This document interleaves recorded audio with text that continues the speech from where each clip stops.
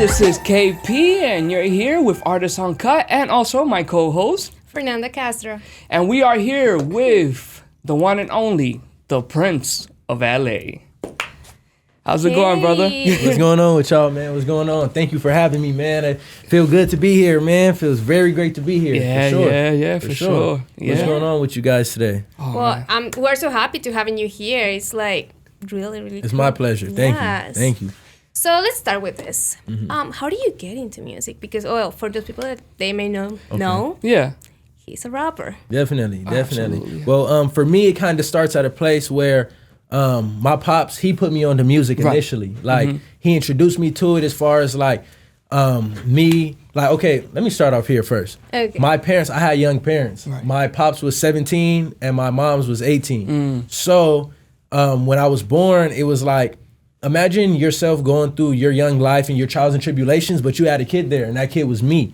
So it was like my pops put me onto the music early. He used to have me around him and his homies, and he used to be teaching me how to rap. I used to be rapping, and then I'll just say like years later, I start recording, taking it serious, doing some school tour shit. Alright. But like I initially got introduced from my pops. Like he's the guy who put me onto it. And I feel like just really built the love and built my love for music. Right. So that's where it kind of starts. So, real quick question. How old are you? I'm 23. I just turned 23 on the 21st this in July. Okay. Hey, congratulations. Yeah, that's Thank you. awesome, man. So my question would be, so growing up in South Central LA, right? How did that influence you in your work ethic, and also what really got you motivated to start this huge career now that you're building? Yeah, I just think it's one of those things where it's a character thing. I think growing up with less, it builds character. You know, it builds absolutely. your respect for things. It builds the way you perceive things, the way you treat things, whether that's relationships in the street, business relationships, everything. Right. It just teaches you how to move. I think having less and going through struggle builds the character, and that's why I would never change where I come from or the way that I do things, just because I feel like it made me who I am today. Like, Right. I treat people with respect. I carry a certain I carry like a certain steez on my back with like how I want to carry myself and how I want to represent myself, you know? And growing up in South Central, growing up in the inner city parts of LA, Midtown, is just like you able to see the real, you know? Right. And like I said, I had young parents. I feel like my parents ain't never sheltered me from seeing nothing. Yeah, of so I course. think and I'm the first child, you know? So I just feel like it's just really like, it's just in me, like, you know? So I think growing up with that background, to answer your question, growing up in South Central, it just took a big role in my character and who I am. Like, you know, my experiences, everything like that. Yeah, and your character is not only your music, but also your outside of as a person. So I see your outfit. It was actually the first question Yeah, that I I was wanted. gonna I ask don't know you that. why I That's didn't right. go to it. Thank you. It's really vibing. I really like it. So do you have any inspirations that where you take your outfit from, or like talk about it? Because like I'm being all the way real with you, man. It ain't really I guess it's quote unquote science to this shit, but it's no science, meaning like I just put on what I like and I put it together. Right. Like I said, I had young parents. I feel like they always was just trying to just keep a nigga fly. Like, you know what I'm saying? We just come from the hood and shit like that. But, you know, parents always be like getting you Jordans and shit, you know, Nikes. So I always had a sense of style, I feel. I always had a sense of style. But definitely like inspiration on the fits, I just put it together the way I can, you know, match it up, get the things I like. Yeah, I'll buy high price items, I'll buy some designer stuff, but it ain't even all the way about designer all the time. It's just about putting that stuff together. You feel me? This jacket right here is not a designer jacket, but I put it on and I put it on well, you know? Yeah. And that's why I say this fashion shit is like, it ain't no price tag on this shit. Like, you could get a shirt for $1,000, that's good. You could get a shirt for $20. That's equally as good. It's how you wear it and it's how you put it on. Just put it together. That's just how it goes for real. It definitely works for you. Yeah. Definitely.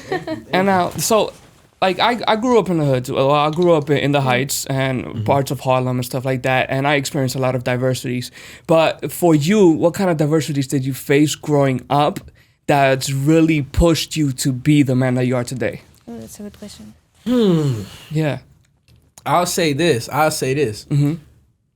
Me being so young, doing what I do, and like I said, I had young parents, so you can imagine like how I was. So it's like going to like middle school, 6th grade, you got your peers and shit. Yeah. You could be handing out your flyers and people will frisbee them shits in your face, throw them in your face. You know what I'm saying? That's about right. And I think when you are in 6th grade and when you in middle school, sometimes you a kid and sometimes you just do shit. So sometimes them people, they might have just been on some shit. But I know my mindset wasn't there. I was trying to do something. So it's like years later, the same people who I was probably going to school with, probably trying to clown a nigga for rapping, probably trying to, you know what I'm saying, throw my flyers in my face or just do something off deck. Those same people who are grown now realize how it is in the real world and they trying to do something and they looking for support whatever they do. And they thinking back like, damn, this how I was acting and somebody was just trying to do their shit. Now they trying to do their shit and they DMing me looking for a hand. But like, you know, I'm so tired of what I got going. It's not really that important to me. You know what I'm saying? Because I've been here trying to do this. And the people who want to show love and the people who was taking to, they took to it. And if it wasn't, that's cool too. But the facing those type of challenges, facing that, man, just facing that, like, you know what I'm saying? People have a choice and people have an option. You know, I don't judge nobody for their choice on what they decided to do. If you fucked with it or you didn't, but everybody got a choice and got an option. You know what I'm saying? Exactly. So I just made people stoop up to it, but just facing shit like that, bro, people hating on you, just when you young, you know, when you a kid, all that type of shit. So, That's you know. right. So what did you feel like worked for you that you think wouldn't have worked for anybody else? Ooh, that's a good question there. I'm being honest with you, boss. It ain't, I guess when it comes to your talent, it's something special. You have to be able to deliver on the spot. But when it comes to like being different, bro, I'm out here trying to apply my line and do the same thing the next man is trying to do. You know, I'm not Superman. As far as your talent, that's what separates us and makes us different, the things that we hungry for and we want to do. But as far as like what made it different, man, I'm just like the next man trying to promote my shit. It's probably somebody else going through the same thing, getting their shit turned down to a point. But I think what's different with me is I just didn't stop. Yeah, it's times of you know, you go through times of like, damn, they not really fucking with it. Like, you know what I'm saying? And that's a stage, but if you know that it's for you, gotta just keep pushing through that shit. And I think that's what it is. I think I just keep grinding through to see the other side of the tunnel. Because if I was listening to my peers when I was this age, stop rapping, doing this, bro, I wouldn't even be here with y'all today. That's true. That's you know very true. Yeah, It's just like I said, those same set of people who get older and they realize in this real world, but whatever you trying to do, hey, bro, you got to keep that respect line because y'all doing a podcast. It's true. I fuck with y'all podcast. We got to fuck with each other, Absolutely. mutually. Yes. You know what I'm saying? To keep that respect line going. So, Absolutely. And I think people realize that, but like I said, I don't think it's nothing different. I think I just didn't stop, bro, and I just keep going no matter what. And I just try to learn from my mistakes and get up and just keep going because you're going to fall. You're going to fall. If you want $1 million, you're going to fail. And you want millions, you're going to fail. You have to just know that 70 fails don't mean nothing because on that 71st time, that's what it's going to take to get you situated. You know? And absolutely. Yeah, go ahead. So you were like this entire time, or is something that pushed you through life, that it pushed you to be like this person that you are right now? Man. The question I'm telling you. Life experiences. Man, I'm not going to lie to you. I think as far as the grind, my parents, I said I had young parents and they're natural hustlers. So if you have a kid that young, it's just naturally in them to like get it and go. Like, you know what I'm saying? Like they just like natural born hustlers. So I just feel like I've been had that like get up and go about myself. But when it comes to like real life experiences growing up where I grew up at, like, that definitely changes your outlook on everything too. The way you carry yourself, like everything, you know? Like, that's right. You know, So what were you doing before you start with the music career? I mean, I've been doing this shit my whole life. Oh, okay. Yeah. And it's definitely a marathon thing. I think it's a marathon. Like, people get it confused with whatever lane or whatever they doing. Sometimes people get confused and think that something is supposed to pop, or if they do it and it fail, hey, it wasn't meant, or I'm doing the wrong thing, or maybe this. It's like everybody who's up here doing it, trust me, they've been trampled over and went through some shit. They've definitely like, you know, so like you just can't stop when you think, you know what I'm saying? When you think something is like, you just can't stop, bro. Right, that's true. And kind of like to piggyback off of her question, it's just like, what do you use? Is your morning routine has changed? What's changed in your life now? That's like you're huge now. You're the Prince of L.A, which is like it's a huge title. Believe it or not, it's a huge title to have and a huge name to have too. It is, you know? man. And that shit is such a name to have on your back because it's like this, right?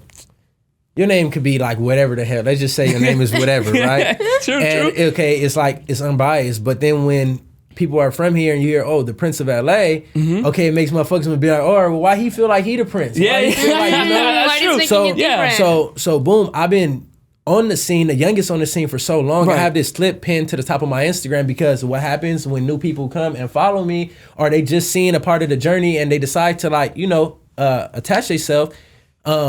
People always wonder that question, why the Prince of L.A.? So I got the video at the top of my gram where it's pinned. Soon as you tap the video, they say, why is your name the Prince of L.A.? Yeah. And I just let people know, like, I've been out here setting the tone, putting on for L.A. for a long time, always the youngest on the scene. Go watch that E40 Function remix music video from years ago. You're gonna see me as a kid with the Bowser hat, you feel me, in that bitch. Like, my pops being having me on the scene, regardless whether I was the youngest one or not, I just always had to set the tone on what I was doing school tours. Okay, it's older rappers who was popping around this time in the city.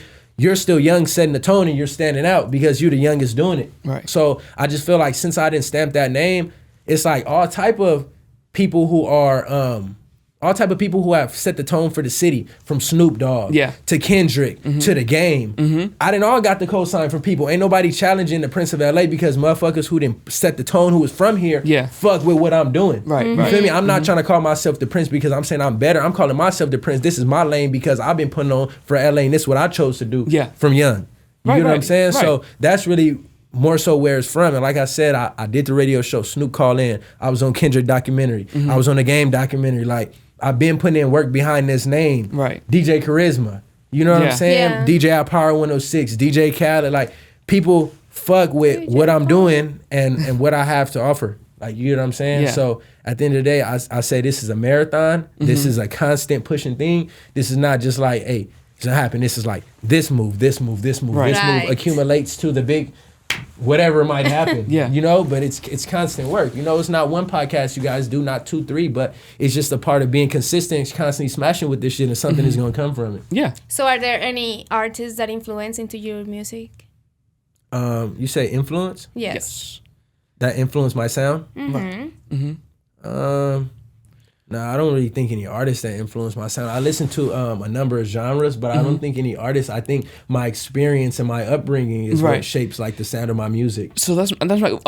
What did you listen to growing up and stuff like that in your mom's house, parents' house? What was that? What was that like for you? Okay, so boom, man, I'm listening to everything from Webby, classic rappers like Webby. I'm listening to Jamie Foxx old R&B tapes when my mom was playing them. Right. Bro, I'm listening to Keisha Cole. I'm listening to 90s hits. I'm listening to oldies but goodies because my grandma, she's from Texas, Beaumont, Texas. She's from the South.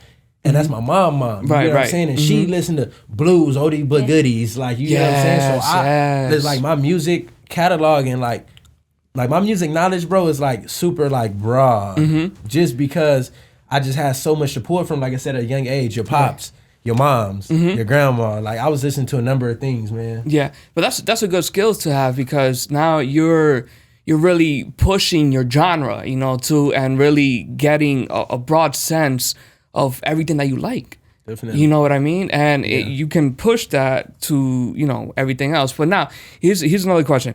Like, in other words, what is your music process like? So what is your process in making that beat, making that music? What inspires you to make this beat, to make these lyrics, and to push forward with that? Well, my process pretty much, boss, I feel like it's a formula to doing this shit. Like, you can't just get in there and start rapping and think that something's gonna come about. It's a formula. Like, even I've been doing it for so long, so it's like unconsciously I just get in there and I just make a song. And even on my Instagram, when people watch it, you could go check out my freestyles. I do the live feeds. Like it's a formula to get in there making it. I think unconsciously I just attack, but it is a formula. My process is, okay, how I'm feeling. What vibe am I going for? Am I trying to go on some turn up shit? Or am I trying to go for like a slow vibe where I'm expressing experiences, my feelings, like maybe an interaction between me and a woman, like, so it's definitely two sides of the spectrum I can attack. Once I do decide, if I'm by myself, I'm right there punching it. I'm gonna include something else. I got All right. Okay, but like that. While I'm right there, bro, Yeah. I'm punching in myself. I'm punching in every 4 bars, just punching in myself, and I'm just attacking the beat. If I'm in a session and it's these producers here, it's the engineer here, it's everybody. We got people hanging out in the session. As soon as I hear the beat, I get to freestyling. Instead of punching in, I'm like, okay, typing this shit real quick, typing it real quick, typing it. By the time they cut this beat on, bro, I'm about to be on this bitch punching quick, back to back to back to back, getting it done, you know? Yeah. So I have different processes based off of what's going on or what's like happening in the studio at that very moment. Right. You get what I'm saying? That definitely plays a role. So then you are into music, but we heard that you are also doing a reality show. So tell us about that. Okay. Oh yeah, your I'm upcoming gonna projects. get into that real quick, but let me add something too from the last recording process that you asked me about. I graduated high school in 11th grade. Yeah. So instead of starting 12th grade, I did LA recording school in Hollywood. Okay. So I was 17 going to LA recording school, mixing my own shit. I was already mixing my music before, but I didn't have like, my degree behind it or like shit like that. Yeah. So finished high school early. Instead of starting 12th, I did LA recording school, did 2 years there, mixing my own music, putting it to use, and it furthered my knowledge. Right. Boom, I graduated from there. Everything you hear today, like I mix my shit. Yeah. And as an independent artist, that's essential because you mentioned the process. As an independent artist, it's essential knowing how to like do the most you can if you can do it in a great manner. Yeah. Because everything costs. And you don't know when that hit record is gonna come or when that album is gonna come. Yeah, it's a marathon. You have things that heat up the race more and more for you, but you don't know which one is gonna be which. So imagine if you're an artist, you trying to put 7 songs on this project, 10 songs on this. You gotta pay an engineer every single song to mix, and that shit's over. You know, hopefully somebody give you a deal, but let's just say say they charge you $150 per song. As an independent artist, you paying for your own marketing, your own everything, the trap. You paying for everything, right? And that's why I'm just here to vouch for the independent artists. Like everything y'all see is independently absolutely. done. Everything, my car, the jewelry, the clothes, the goddamn music, the mixing, the video, like everything you see is independently done. You know, I got my pops helping me manufacture all the HBH merch that I sell to the fans. We manufacture all our own merch. So it's really like a train. Like, you know what I'm saying? And it's essential to have all these things in your process as an independent artist because it just helps you out in the long term. If you don't want to be breaking the bag and sinking yourself down, because this is a marathon. Yeah. You gotta know. Like I said, I keep saying that because it's a marathon for real, like, you know? So, like, you got to have those things a part of your process, you know? So I just want to drop that gem real quick. Oh, no, that's cool. No, that's awesome because I know there's some artists out there that's probably good at this shit, but they need a little extra push on the investment piece. And I'm just trying to throw some tips out there that could probably help you manage your money a little better to see more bang. And it's really good because I feel like everybody out there that they feel like, oh, no, being an artist is so easy. And no, everybody tells what is actually going on, what do you have to do, and all this is definitely no cheap at all. I mean, it's a whole process. You got people on the internet. You got people on the internet all the time, like, and I see this shit like on random media pages. Like, it don't matter if it's like the Shade Room, Hollywood, or like just it could be a post about anything, but people are in the comments, and everybody's like a professional boxer nowadays. Everybody's everybody does music and knows the process, so it could be anything. Like, they post a guy boxing, somebody gonna be in the comments like, oh, he was supposed to jab and tuck and and duck. It's like everybody's like, everybody got something to say nowadays and everybody's professional, but all I got to say is this. Hop in that studio and try to make a song and let's hear how your song come out. You feel me? Hop in that boxing ring and try to box like these other dudes who train all the time for it and let's see how it turn out for you. You feel me? It's not so easy. People make it look easy. Yeah. People grind with this shit. People put in hardcore hours on their craft every single week to make this shit look flawless. But just trust me, it ain't flawless if you was just getting in there trying, you know? Definitely. How do you manage the haters? How do you manage like taking like your mental health? Because I know that this industry can also like, kills you. Wow, that's good. Yeah. Take you very, very deep. So how do you manage all that? Jay-Z got haters. I mean, there you go. That's all I'm saying. You know what I'm saying? You would think like, bro, he's successful. He's had a great career. He engages in different business lanes where he can invest and flip his money. It's like, you know what should you really have to say? Like, overall, it's great shit going on, but there will still be those people in the comments who pick and choose and something to nitpick at. So that's why I'm saying it really don't matter. You know, I feel like my first time ever going viral on the net, and then you get that first bleeding in the comments, you be like, okay, damn, when it's you in the sea, you feel different. But after that, like, you gotta know anybody out here setting the tone, doing something, they're gonna have an opinion on. Right. You know what I'm saying? Like, y'all gonna drop these podcasts. It's gonna be people who love it. It's gonna be people who don't love it. Exactly. But do that mean you supposed to listen to them people because they just woke up and went to watch the shit you put hard work into and just drop their 2-second opinion? No, because it's all these other people who just telling me way other than what you're talking about. Right. You know, and that's what matters. Your pool of supporters, your pool of people, the people that is in your circle that is supporting you, and you know it's mutual. Now, talking about like the people that's like within your circle and stuff like that, do you have any mentors, or you just wing this on your own, or like do you wish to have more knowledge? And because you are a very knowledgeable guy. Thank you, bro. And it looks, well, by everything, you study this very, very well, which went helps a lot. you a lot, Yeah. which is amazing. Now, do you want more, or do you have a mentor? Which way do you want to go with this?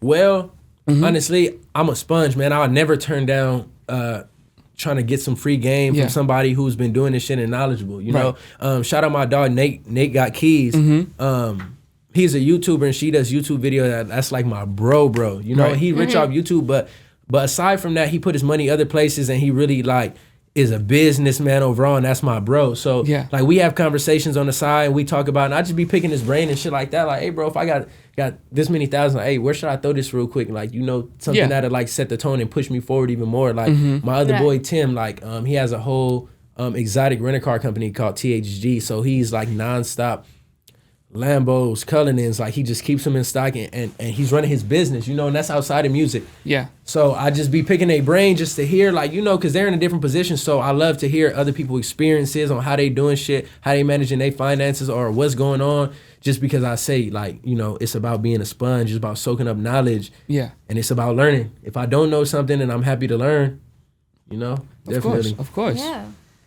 All right, so now we can touch. Sorry. No, you're fine. Now we can touch your acting, because you also act. I mean, a reality show is acting too, and music. So tell us a little bit about that, because it's almost getting time. Kind of like your upcoming projects. Yeah. Yes. Definitely. So, first off, to touch on the reality show, that's a reality show called Deja Vu. It's on Now That's TV. It's my first time doing a reality experience. Me and the owner was super locked in of the network. And that's how I ended up doing the show. Like, we was already locked in on like music business before he even started doing the network. Yeah. So when the network was booming and they came up with the show, boom, I was on there. It was dope. Gained a lot of new fans on there. Was able to monetize, sell some merch to some fans. Really push the narrative forward. Also, they came out with another show called it's called South Central Playboys on their network. I'm not on there, but they use my song as the theme song for that show. Good. And since then, That's awesome. every week I check my Apple Music. The Shazams are up, the streams are up, like it's going. So that's another dope thing going right now that I have working for me, constantly keeping my gram in the public. I'm doing freestyles right now on the gram to different people's legendary beats that they've already dropped legendary songs to. Right. And I'm throwing my touch on there, and it's doing good. Like, people are fucking with it. People are reposting it. People are loving the bars, what I'm talking about. And that's something else. I also got a project coming out right now. It's called Hungry But Humble 2. Again, Hungry But Humble 2. The label is called HBH, Hungry But Humble, but I also dropped a project called Hungry But Humble. Okay. On that project, I have a song called AM to PM. That's the same song they're using for the theme song. Right. So you can imagine how it's pushing that project forward for me, and it's pushing that anticipation forward for me to be able to drop Hungry But Humble 2. True. The second project. So I'm about to be rolling that out soon with some videos, and I have some very great things happening right now. I'm just staying consistent, and I'm just staying strong, putting the pressure on them for sure. Absolutely. I mean, you got to in this business. There's no way around it. You know, Definitely. we want what we want, and there's no plan A, B, or C. It's just plan A. Yeah. Exactly. Yeah. Okay, that's funny, because even though I know you are very dedicated with your career, and I know that you've been in this career your entire life, but I have to ask this. So if you were not doing music, what would you be doing? What is like something else that you also like, that it may not fulfill you like a Like music, music? Yeah. but So you're saying, it's like, still, you know, like in a different world of another music isn't there. timeline. Okay. Yeah, because we can add other opportunities too on there. you Honestly? know? Yeah. Honestly, man, I know how to do a lot of stuff, so I feel like I'll still be good. Like, I'll be doing whatever, man. I know. Okay, so look, boom. I know how to do a lot of stuff. I'm just going down the list. I know how to build websites. I know how to code. Yeah. I know how to cut hair like flawlessly. Right. For you. I can, you feel me? I can like work on whips if I need to. Like whatever I like. So you're I know how to do a lot of stuff. Jack of all trades. You're a man that finds the opportunities. Yeah. And makes it happen. Yeah, I'm definitely one of those people. I know how to do a lot of things. So how do you see yourself in the future? Like, let's say in the next 5, 6, 7 years, you know, you see yourself up there like with like Diddy, Jay-Z, and you know these big Mongols, you know, or do you feel like you can get there? Yeah, definitely. I think definitely with extreme focus with what you're doing as far as making sure you're not bullshitting the craft. If you really make sure you're putting your all into the product that you're putting out, it's definitely possible. It's definitely possible. Next 5 years, I wouldn't really want to put like an exact like destination on it, but I would love to definitely just be successful all the way off music, where you're feeding your family off music, you paying your bills off music, and you're also taking music money, be able to put it somewhere else to make some more money. So that's what I would say. I just definitely would want to be all the way in there as far as music, like, you know. Just Well, that's pretty amazing, and I think that's a really good idea to like wrap this. Yeah. It was really, really good having you. Definitely, thank you. Absolutely, it was awesome. You're a very wise man, anyways. Yes, and you know what you're doing. Yeah. Thank Absolutely. you. Thank you, man. And I love want that you share all this knowledge with all your fans that are gonna see you, and with new fans that are coming up. No, definitely, and I just wanted to really come on here and just show a good time. I know sometimes artists be giving interviews and then niggas don't even want to really talk that much. Yeah. Like niggas be over there like acting like basically like why are they there? You feel me? But I came here to be on the podcast. I really want to talk to y'all. Right. And also give my supporters and my fans something else to even see when this drop. You know what I'm saying? I try to always just throw some new shit in there and say some different shit because I know my supporters will keep up with it, and I want them to always feel like, okay, this nigga Prince is growing. Like he lacing us with something. So I definitely want to say thank y'all, man, for having me, man. This is great. Absolutely. Definitely can't wait to hear what you have next in projects. Oh, and for those listeners, thank you so much for being here with us, and see you next time.